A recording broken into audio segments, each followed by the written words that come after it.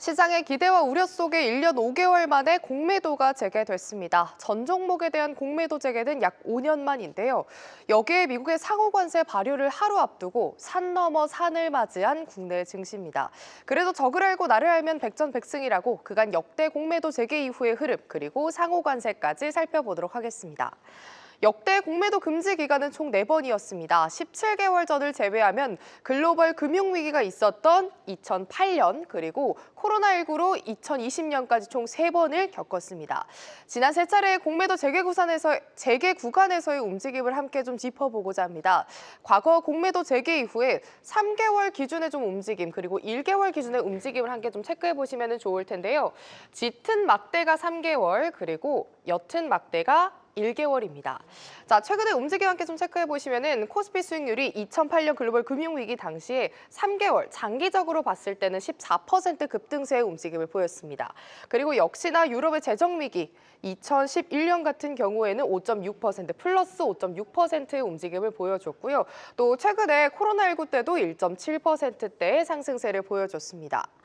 이렇게 과거 움직임으로 보면은 단기적인 변동성은 불가피하다는 건데요. 1개월간의 움직임을 좀 체크를 해보시면은 코스닥 수익률 같은 경우에는 글로벌 금융위기 이후 1개월 직후 움직임에는 마이너스 8%의 하락세를 보여줬습니다. 또 유럽의 재정 위기가 있을 당시에는 마이너스 0.4%, 평균적으로 1개월 내에서는 하락세를 보여줬는데요. 그래도 외국인의 수급이 중장기적으로 국내 시장에 재유입되면서 지수 안정에 기여한 점을 확인할 수 있었습니다. 하지만 공매도로 끝이 아니죠. 최근 대내외적 불확실성, 특히 상호 관세를 앞두고 눌림을 받고 있는 국내 증시입니다. 하루 앞둔 미국의 상호 관세 관련 미국 측의 발언들 짚어보도록 하겠습니다. 먼저 백악관에서는 이번 주에 발표하는 상호 관세 대상국은 대통령이 직접 결정을 할 거라면서 아직 확정되지 않았을 가능성을 시사했습니다. 우리나라도 상호 관세 대상으로 관측되는 가운데 백악관 무역제조업 담당 고문은 한국을 콕 짚어서 불만을 제기했죠. 특히 다른 나라들이 미국에 공장을 세워 미국산 자동차를 생산한다고 하지만 미국에서 단순한 조립만 할 뿐 정작 엔진과 변속기 같이 중요한 부품은 자국에서 만들어 수출한다는 비판을 했습니다. 한국, 일본, 독일이 미국을 조립국으로 만든다면서 콕 집어서 지적하기도 했습니다. 이런 대내외적 불확실성에 눌림을 받았던 3월 우리 증시였습니다. 다가오는 4월부터는 어떤 전략으로 가져가면 좋을지 지금 바로 투자 전략으로 확인해 보시죠. 네, 하루의 경제 주식 마무리 오늘의 경주마 주제는요. 바로 오늘부터 재개된 공매도, 이에 따른 우리 시장의 향방이 되겠습니다.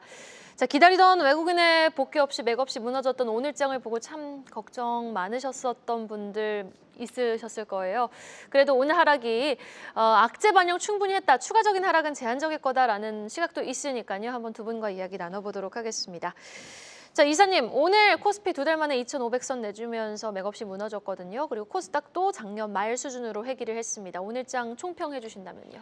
4월 2일 상호관세에 대한 불확실성이 좀 더 이제 파급적으로 이제 확대가 됐다고 볼 수 있겠는데, 상호관세에 대해서는 알고는 있었는데 오늘 추가적인 이슈는 이제 모든 국가에 20%를 부과하는 보편관세가 나왔습니다. 그러니까 기존보다 더 광범위한 국가에 또 높은 관세율이 이제 적용된다는 이런 이슈가 결과적으로는 미증시에서도 나스닥 2.7% 빠진 것들이 관세로 인한 스태그플레이션 우려, 이게 이제 오늘 이제 나스닥 선물까지도 장중에 이제 1.3%까지 빠지면서 합산으로 보면 4% 빠진 거예요. 나스닥 4% 빠진 게 국내 증시 그대로 반영이 됐고, 일본 증시도 장중 4%가 빠졌고, 네, 우리나라도 이제 한 3% 빠진 것들이 같이 연결이 됐다고 보시면 좋을 것 같고요. 그리고 이제 공매도 재개로 인해서 이제 그 전에 대차적으로 많이 쌓였던 종목들이 물론 오늘 많이 빠졌습니다. 뭐 2차 전지도 그렇고 H뱅 관련 반도체, 그리고 이제 바이오 쪽에서도 상승 종목들은 좀 뭐 시총 상위 종목들로 위주로 코스닥 쪽에 있었지만은 하락 종목이 좀 많았고, 에코프로가 오늘 하루에 공매도 금액이 520억입니다. 오늘 하루에만. 네. 굉장히 공매도 그 매매 비중이 뭐 36% 뭐 이러더라고요. 그러니까 이제 오늘 엄청난 정말요? 물량이 나왔다 보시면 네. 되겠고요. 3월 달에는 그 결론이 날 것으로 기대했던 그 탄핵 정국에 대한 불확실성이 계속 지속되면서 오늘 환율이 1,472.9에 끝났습니다. 그러니까 이제 연중 최고가고요. 금융위기 이후 최고치. 네, 그럼 2009년 이후로 지금 최고치라서 그리고 CDS 프리미엄도 아직은 안정적이지만 계속 꾸준히 상승하고 있기 때문에 이게 이제 이 달러 인덱스가 하락함에도 불구하고 환율이 튀었다는 얘기는 우리만의 문제가 있다는 거고 그게 이제 공매도 쪽에 영향이 있겠지만은 이 탄핵 정국에 대한 리스크가 아직은 계속 이어진다라고 볼 수 있겠고요. 또 아시아 증시 전반으로 다 같이 하락한 거는 이건 또 관세 이슈다라고 보시면 돼서 그러니까 단순히 공매도만 재개로 인한 하락이라기보다 그런 악재들이 모여서 공매도로 인한 하락이 좀 더 가속화됐다 이렇게 판단하시면 좋을 것 같고 그리고 이제 그 보편 관세에 대해서 그 월스트리트저널에서 보도한 게 이게 지금 그 미 선물들과 아시아 증시의 하락폭을 더 키웠다 이렇게 보시면 좋을 것 같아서요. 지금은 어떤 여기서는 그 레버리지 쓰신 분들 이런 분들이 약간 생존 전략을 좀 염두에 두셔야 되지 않을까 이게 싶습니다. 네, 알겠습니다. 일단 우리만 빠진 게 아니라 오늘 아시아권 전반에서도 나스닥 선물까지 빠졌으니까요. 관세 영향은 분명했던 걸로 보입니다. 자, 그렇다면 질문을 이렇게 드려볼게요. 오늘 어떻게 타이밍이 좀 공매도 재개까지 맞물렸잖아요. 그리고 우리는 정치적인 불확실성 리스크까지 가져가고 있는 상황입니다. 그러면 그 두 가지 요소보다도 관세 영향 때문에 오늘 시장이 이렇게 많이 빠진 건지 궁금하거든요.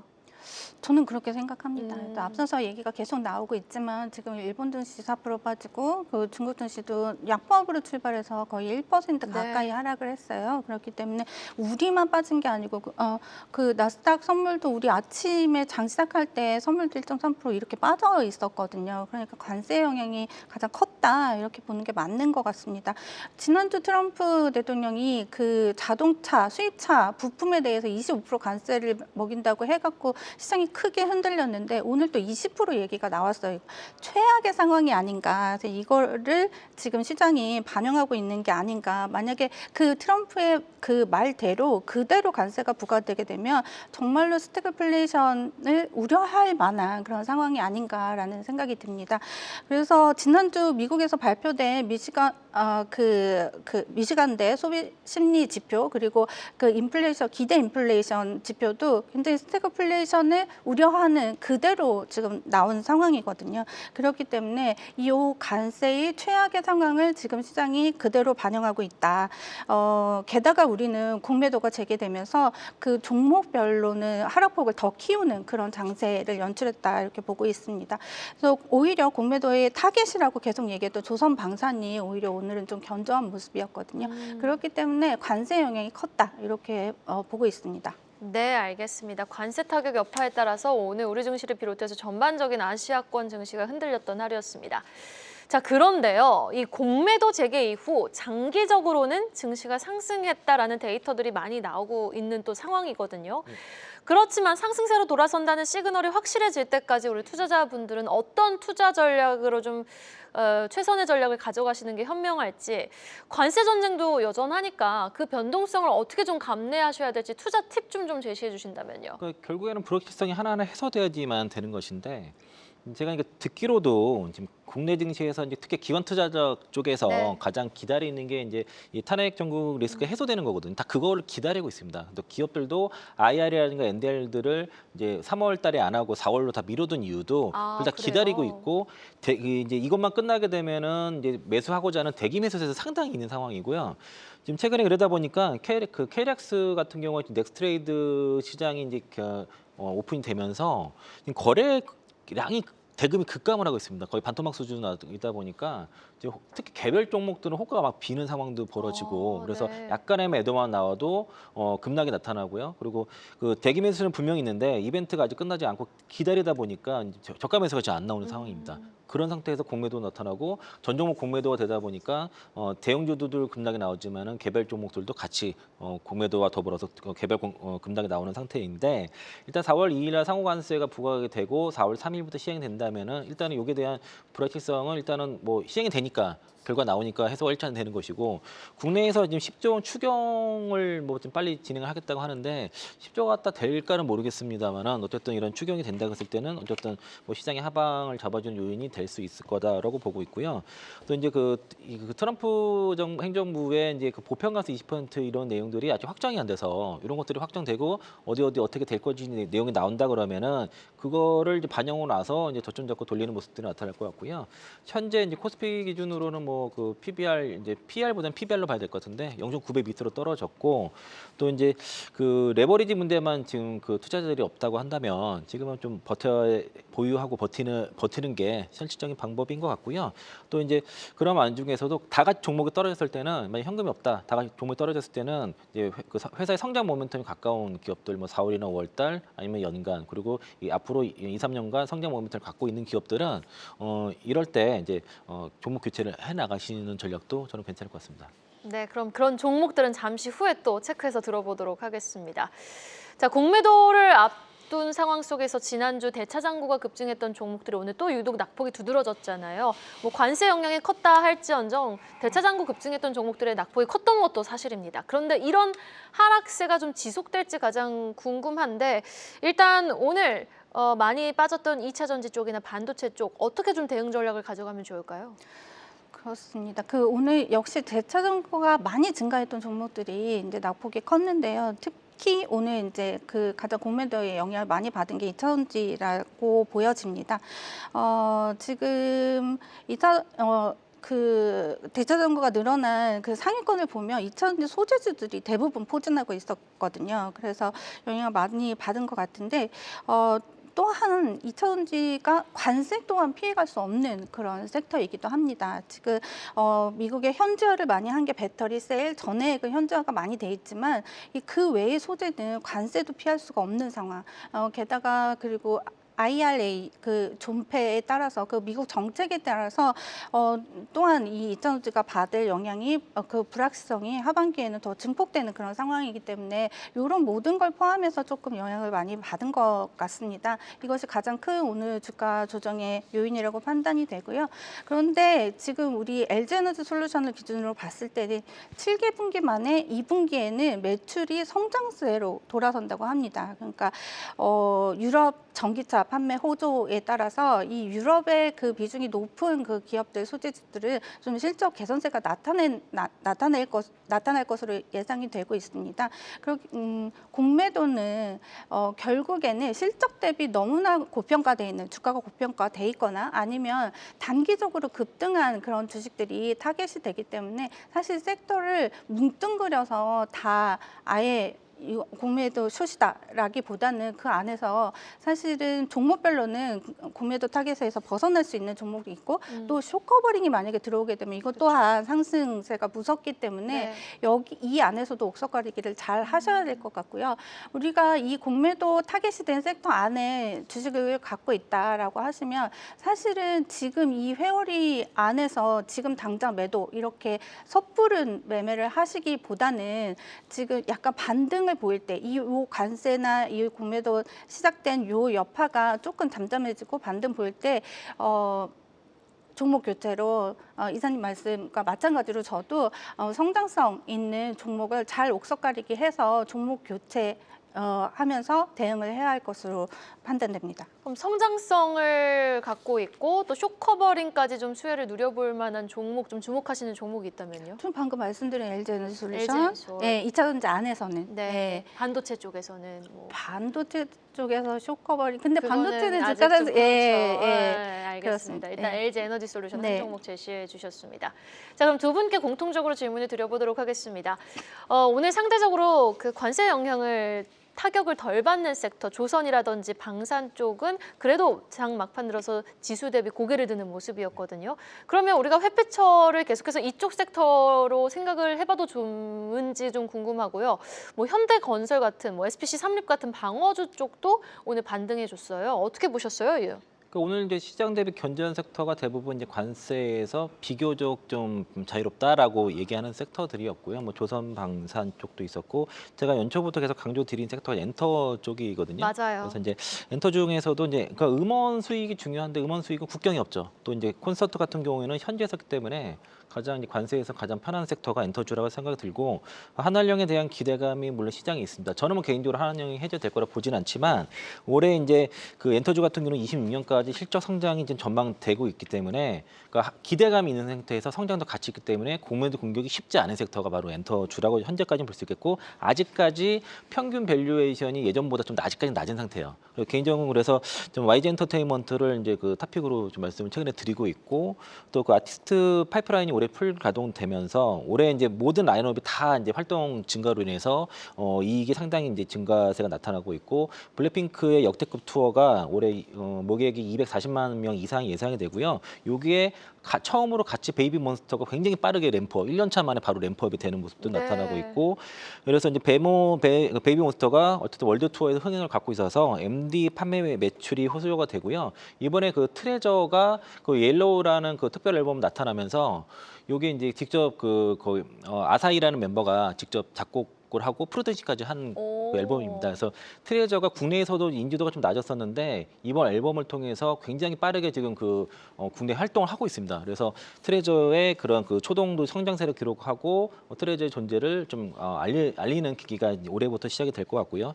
또 이제 최근에 이제 올해 실적도 매출이 한 53% 성장 예상이 됩니다. 550억 이상 예상이 되고, 영업이익도 흑자전환해서 453억 정도 이제 저희 IM증권에서 예상을 하고 있어가지고 4분기 어닝 서프라이즈 26년까지 실적 성장 궤도로 간다 그랬을 때는 여전히 밸류에이션도 가장 낮아서 괜찮다고 보고 있습니다. 네, 저도 아이돌들을 좋아해서 이렇게 다 하나 영상씩 다 하나하나 영상 다 챙겨보는데 베이비몬스터가 정말 실력도 있고 굉장히 빠른 팬덤을 또 형성을 하고 있더라고요. 저평가되어 있는 아이돌인 것 같습니다. YG 엔터 좀 주목해볼 만한 종목으로 제시해 주셨습니다.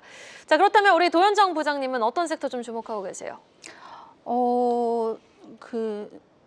지금 이 공매도 구간에서 말씀하시는 거죠? 그렇죠. 제가 그래도 비교적 사실은 저는 계속 현금화를 말씀드렸었어요. 그래서 맞아요. 섣부른 매수는 지금 어려운 시기가 아닌가. 그러니까 현금을 많이 만들어 놓으셨다면 그 현금을 갖고 조금 관망을 하셔라. 피난처를 모색하기보단. 네, 이런 의견을 드리고 싶습니다, 일단. 근데 만약에 피난처를 모색해야 한다라고 하면 저는 밸류업 주식. 네, 그래서 사실 당사이긴 한데 메리츠 금융지주가 이제 밸류업에서 가장 대표적인 주식이지 않습니까? 그래서 네. 좀 차트 보시면 사실 최근에도 주가가 견조했어요. 예, 그래서 메리츠 금융 지주, 그리고 JB금융, 지난번에도 말씀드렸는데 JB금융, 그리고 BNK 금융지주, 이런 밸류업 주식들을 조금 피난처로 우리가 고려해 볼 수 있지 않을까, 이런 생각을 해봅니다. 조선하고 방산주는요? 조선 방산에 관해서는 지금 공매도의 타겟이라고 우려를 했었는데 오늘은 좀 이제 주가가 오히려 상승하는 네. 모습을 보였어요. 그렇다고 공매도 타겟이 아닐까요? 대차장고 굉장히 많이 증가했습니다. 그리고 우리가 이렇게 보면 이제 여태까지 통계를 보면 공매도가 재개되고 나서 한 달 이상 3개월 정도 지나야지 주가가 안정이 되거든요. 그렇기 때문에 요 한 달 구간 정도는 좀 조심하셔야 된다. 그렇기 때문에 조금 이제 두신 현금을 갖고 저는 조선방산 계속 좋게 보기 때문에 조정 시에 그 공매도 조정이 마무리되는 단계 정도부터 분할 매수해서 들어가야 된다고 생각하거든요. 네. 그렇기 때문에 섣부르게 매매하시는 것보다는 조금 관망하시면서 지켜보시면서 조정의 마무리 국면을 조금 살피자. 이렇게 말씀드리겠습니다. 네, 맞아요. 도현정 부장님은 한 2주, 3주 우리 개편하자마자부터 계속해서 현금 보유 전략이 현 시점에선 가장 현명하다라고 강조를 해주신 만큼 여전히 피난처를 모색하기보단 현금이 베스트 전략이다라고 좀 말씀을 해주셨습니다. 자, 그렇다면은 오늘 외국인의 매도 양상 굉장히 짙었잖아요. 무서울 정도로 매도 물량이 많이 출회됐는데, 자, 그러면 공매도 관세의 이 짧았던 코스피 반등이 여기서 좀 일단락이 될지, 아니면 그래도 외국인이 돌아올 만한 환경이 좀 조성될지, 아무래도 사법 리스크 관련한 정치적 리스크를 좀 또 집중을 하실 것 같아요, 이채원 이사님은. 결국에는 이제 외국인도 그렇고 투자자도 다 같은 생각일 것 같습니다. 네. 어떤 그 탄핵 리스크가 좀 마무리되는 걸 기다리고 있는 거로 보여지고요. 그게 만약에 마무리된다 했을 때는 오히려 빠르게 반등 가능성도 높다라고 생각이 들고 코스피, 코스닥 모두 지금 일단 과매도에 들어간 상태고요. 코스닥은 지난주에 이미 과매도 들어갔고 코스피가 오늘부터 과매도에 좀 들어갔습니다. 그래서 코스닥 같은 경우도 연간 상승폭을 모두 다 반납해서 지금 연간 마이너스권으로 지금 가는 상태인데 일단 심각한 과매도 구간이기 때문에 조금만 이제 저점만 잡힌다면은 리바운드로 좀 강할 수 있을 것 같고 현재 만약에 현금이 없는 상태에서 종목으로 보유하고 있다고 했을 때는 저는 이제 이 선택을 하셔야 돼요. 그러니까 내가 그대로 버틸 것인지 아니면은 올해 이제 그 가까운 시일에 모멘텀이 있고 연간으로도 성장이 나오는 섹터로 포트 교체를 할 것인지 이런 선택이 필요할 것 같고 또 이제 반대 매매가 아마 내일 시가로도 좀 나올 가능성이 높습니다. 오늘 이제 장중에 이제 10시 반 이후로도 계속 반대 매매 좀 나왔었는데 내일 시가로도 나올 거기 때문에 오늘 이제 오늘 장중에 이제 만약에 그 담보 비율이 좀 간당간당하신 분들은 오늘 시간에 그 넥스트레이드에서 좀 물량을 담보 정리하시는 게. 담보 비율 좀 맞추시는 게 좋을 네. 것 같고요. 그리고 요 반대 매매가 다 나온 시점에서 이제 현금 갖고 계신 분들은 매수에 들어가시고 그리고 종목이 다 같이 빠졌을 때는 주도주 사는 겁니다. 그래서 본인이 주도주를 판단한 쪽으로 매수하시고 제가 전에 그래서 그런 약간 대안주로서 그 삼천장제와 같은 말씀드린 것도 네네. 가까운 시일에 모멘텀이 더 있기 때문에 그 대안주로 말씀드리겠고 또 탄핵적으로 리스크까지는 만약에 종목을 갖고 있는 사람들 어쩔 수 없지만 현금 있다 그러면 좀 기다렸다가 저가를 매수를 좀 기다리시면 좋을 것 같습니다. 반대 매매는 유의를 하되 그래도 좀 모멘텀이 유효한 숫자가 찍히는 쪽, 삼천당제약, YG엔터 같은 쪽, 크래프톤 같이 저평가되어 있는 종목은 우리가 지켜볼 필요가 있다라고 말씀해 주셨고요. 자, 우리 도현정 부장님의 전략도 들어보겠습니다. 무조건 현금입니까? 지금은 현금이 좋다고 생각합니다. 네. 네. 그 4월이 우리에게 가장 중요한 좀 시기인 것 같아요. 4월이요? 네, 불확실성이 현실화되는 과정이기 때문에 공매도 재개 일단 시작했습니다. 그리고 이제 관세는 2일, 3일 발표가 날 것이고 그리고 우리 사법 리스크 있지 않습니까? 그래서 이런 것들이 현실화되면 시장은 불확실성을 가장 싫어합니다. 그래서 현실화되면 빠르게 제자리를 찾아갈 것이라고 보고 있어요. 그리고 지금은 제가 생각하기에 이번 주가 최악의 국면이 아닌가. 그 관세를 그렇게 때리게 되면 어떻게 할 수가 없죠. 경기가 침체되지 않을 수가 없다라고 보기 때문에 이 최악의 관세 정책이 나온 다음에 이걸 어떻게 해서 잘 다뤄갈지 협상으로 이끌어갈지 이런 게 나오면 그리고 이제 사법 리스크가 이게 향방이 결정이 되게 되면 빠른 반등도 나올 수 있다고 보고 있기 때문에 지금은 관망세로 대응하자라고 말씀드리고 싶습니다. 네, 알겠습니다. 지금 뭐 관세 정책 플러스 뭐 스태그플레이션 우려까지 지금 매크로적인 환경에서 우리가 정말 힘써야 될 게 많은데 우리가 스스로 똘똘 뭉쳐서 해결해야 될 부분은 해결을 해야 되지 않겠습니까? 우리 증시의 선진화를 위해서라도 하루빨리 좀 조속히 우리가 해결할 수 있는 부분 해결이 됐으면 좋겠습니다. 오늘 두 분과 이야기 나눠봤습니다. IM증권 이창원 이사, 메리츠증권 도현정 부장이었습니다. 두 분 수고 많으셨습니다. 계속해서 다양한 경제 이슈를 알고 싶다면 구독과 좋아요, 알림 설정 부탁드립니다. AI 캐스터 권미정이었습니다.